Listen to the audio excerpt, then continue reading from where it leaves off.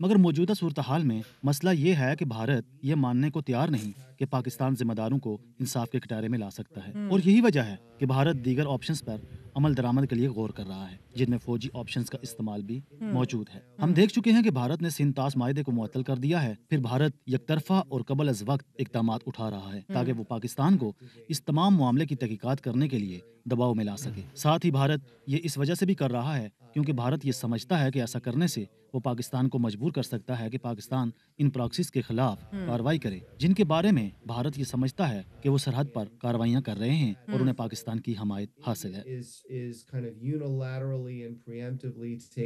Interesting. اور شاہد صاحب آپ اس حوالے سے کیا کہیں گے؟ ایک تو جو کالز آئیں، مجھے تو سیکرٹری مارکو روبیو کی کال جو ہے وہ لگتا ہے کہ ہمارے فیور میں زیادہ ہے، because we are already walking the talk, we are already saying and doing demanding the same that he is saying, مگر ساتھ ہی پاکستان نے صدر ٹرمپ سے بھی یہ کہا ہے کہ اپنا کردار ادا کریں اور مدد فراہم کریں کہ نیوکلیئر وار پریونٹ ہو بھارت سے اور یہ ڈی ایسکلیشن کی جائے۔ دیکھیے، یہ خطرہ جو ہے نیوکلیئر وار کا، یہ تو سب کے ذہنوں میں ہے۔ دو نیوکلیئر آرمڈ کنٹریز ہیں جو اس نہج پہ پہنچ گئی ہیں کہ کسی وقت بھی کچھ نہ کچھ ہو سکتا ہے۔ سو سیکرٹری آف اسٹیٹ روبیو کا جو بیان ہے، ایک تو پہلے یہ موازنہ کیجئے تھوڑا سا مہر، ان کی کال گئی ان کے وزیر خارجہ کو، ہمیں کال آئی ہمارے وزیر اعظم کو۔ جی جی، تو خیر چلیں اس کو چھوڑ دیں، وہ چھوڑ دیں، چلے ایک جو ہو گیا۔ اچھا خیر، یہ تو ویسی just by way of mentioning it, میں نے اس کا ذکر کیا ہے، لیکن مجھے یہ چیزیں کچھ ذرا کھٹکتی ہیں مجھے بھی۔ اچھا خیر، اینی وے، ہم نے جو انہوں نے ہم سے بات کی، آپ کو بھی کھٹکتی ہوں گی، ہم سے جو انہوں نے بات کی ماریو روبیو نے، وہ یہی کہا کہ we call upon both sides to exercise some restraint, لیکن ہمیں کہا کہ آپ انویسٹیگیشن جو ہے کریں۔ وہ تو ہم نے پہلے ہی آفر کیا ہے کہ we want to we have offered کہ اگر آپ انڈیپینڈنٹ انویسٹیگیشن کرنا چاہتے ہیں، ٹرانسپیرنٹ انویسٹیگیشن کرنا چاہتے ہیں، اور ہمارے میرے خیال میں وزیر اعظم نے اپنی گفتگو میں ان کو کہا کہ we are ready for it. جہاں تک پریزیڈنٹ ٹرمپ کا تعلق ہے، وہ میں نے بھی خبریں پڑھی ہیں کہ ہمارے امبیسڈر نے بھی یہ اس خواہش کا اظہار کیا ہے کہ president Trump should play a role, but at the same time let's talk about the others, the UN Secretary General, Antonio Guterres, the Chinese Prime Minister, Antonio Guterres, Chinese Prime Minister، اور ہمارے جو عرب ممالک کے سربراہان ہیں، ان سب نے اس چیز کی خواہش کا اظہار کیا ہے کہ دونوں ملک جو ہیں وہ آپس میں اپنے اس مسئلے کو حل کریں افہام و تفہیم کے ساتھ۔ سو آئی تھنک جو ہماری آفر ہے مہر to hold an independent investigation, اس میں کیا قباحت ہے؟ what is keeping India from accepting that very fair and very good offer that we have made to India؟ اگر ان کے دل میں کسی قسم کا وہ چور نہیں ہے تو ان کو چاہیے کہ ایکسیپٹ کریں۔ اگر if they want to prove us wrong کہ ہمارا اس میں کوئی ہاتھ نہیں ہے تو پھر وہ کریں، تیار ہو جائیں اس انویسٹیگیشن کے لیے۔ Very interesting. And Derek, coming over to you, our ambassador in the US is calling on Trump and telling him to play a role and saying, he's reminding him how, he wants to leave a legacy behind of, solving problems, being a peacemaker. And quite rightly so, our ambassador there, Rizwan Saeed, is pointing out that there's not a flashier flashpoint in the world, particularly in nuclear terms, than Kashmir. So what kind of a role is the Trump administration expected to play, Derek? Yeah, so right after the attack at Pahalgam, Pahalgam حملے کے فوری بعد ہم نے دیکھا کہ Trump انتظامیہ کی جانب سے جو بیانات دیے گئے وہ بھارت کے لیے کافی حوصلہ افزا تھے۔ میں یہ تو نہیں کہوں گا کہ بھارت از خود کسی قسم کی کارروائی کرے، مگر بھارت کی طرف سے کی جانے والی بیان بازی کو اس وقت دھچکا لگا جب آپ نے دیکھا کہ امریکہ کے سیکرٹری خارجہ نے دونوں ممالک کے عہدیداروں سے رابطہ کیا اور دونوں ممالک کو مسلح تنازع سے روکنے کی کوشش کی۔ میرا خیال ہے کہ امریکی انتظامیہ ایک مختلف نقطۂ نظر پر عمل درآمد کرتے ہوئے آگے بڑھ رہی ہے۔ اس وقت امریکی انتظامیہ کا پاکستان اور بھارت میں سے کوئی فیورٹ نہیں۔ یہی وجہ ہے کہ دونوں ملکوں سے رابطہ کیا گیا ہے اور کوشش کی جا رہی ہے کہ کسی مسلح تنازع سے بچا جا سکے۔ میرے خیال سے یہ ایک اچھی اپروچ ہے، مگر ہم نے امریکی صدر ڈونلڈ ٹرمپ کے پہلے دور صدارت میں دیکھا کہ ان کے بھارت کے ساتھ اچھے تعلقات تھے۔ نریندر مودی سے ان کا اچھا ذاتی تعلق تھا، مگر اس دوسرے دور صدارت میں ہم دیکھ رہے ہیں کہ تبدیلی آئی ہے۔